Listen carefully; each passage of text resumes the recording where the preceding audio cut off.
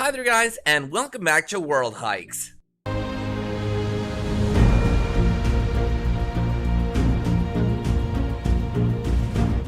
Today, we're going through a guide for the Everest Base Camp Trek Nepal to help you navigate this beautiful hike in an easy way. So without any further ado, let's get right into it.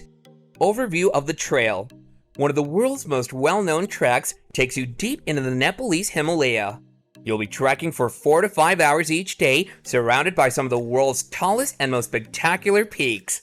Along the route, you'll get the opportunity to sample local cuisine and culture, and you'll stay in traditional, warm, and welcoming tea houses maintained by Sherpa families. This classic journey is available in 2 varieties from Jagged Globe. See also Everest 3 Peaks 3 passes. Both holes take you all the way to base camp, which is spread out under the magnificent cascading Khumbu icefall and includes a climb to Kalapathar, the iconic Everest observation point, which is 5,550 meters. You'll see Everest's stunning neighbors, including Lhotse, Nuptse, and Amadublam, in addition to Everest. On the north side of Mount Everest in Tibet, there's a road that leads to Everest Base Camp, China. However, on the Nepalese side of Everest, there is no route to Everest Base Camp. In actuality, a road to Mount Everest's Nepalese base camp will never be completed. That's because the famed Everest Base Camp hiking path is in Nepal and not Tibet. In reality, a walking vacation in Nepal's Upper Everest area will not be hampered by this route. Getting ready for the Everest trek. It's usually a good idea to do some homework before traveling to a strange country.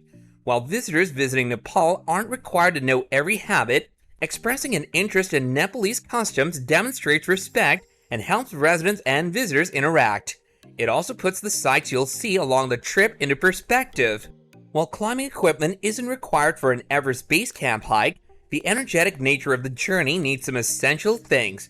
You don't want to suffer blisters on your first day of trekking and have to walk on injured feet for the next 14 days.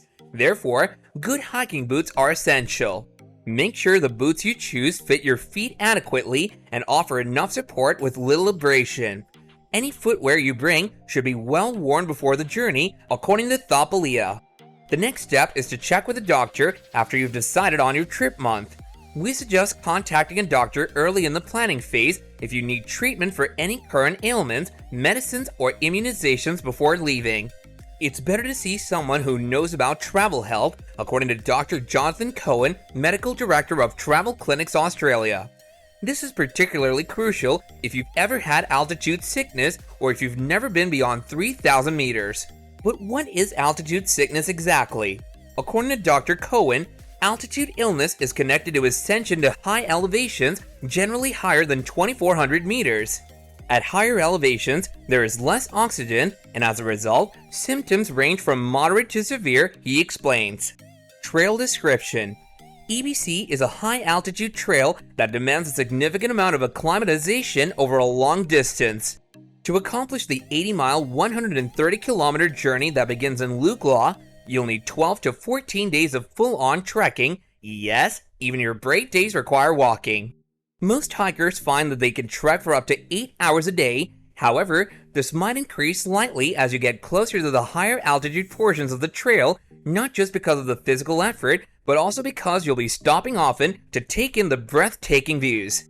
Opening hours and facilities. You can be sure that all of that hiking will build up a huge appetite.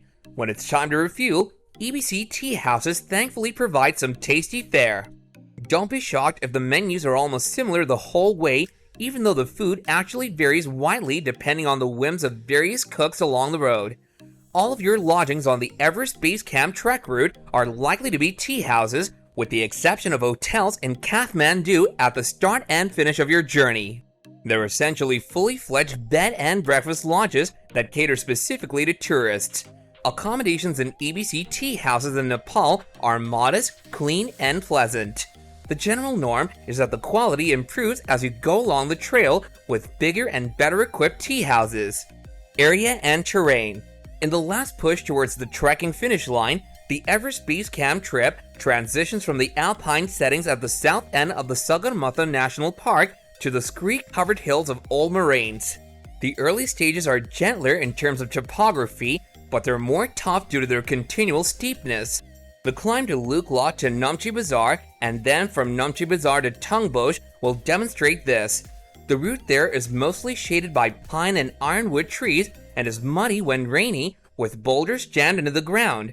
To cross most rivers, you'll take a walk over suspension bridges. After the first few days of your journey, you'll notice that the hiking trail levels off as it skirts a large flat valley surrounded on all sides by the majestic Himalayas. This is where the forest cover disappears for good, so bring your sunscreen. Until you get close to Gorakshep, the terrain is rock and grit. The trail then connects with a massive pebble and rock moraine at the Khumbu Ice Falls terminus. It's not uncommon to see snow in those areas, particularly if you're hiking between November and March. That's all from us today, guys.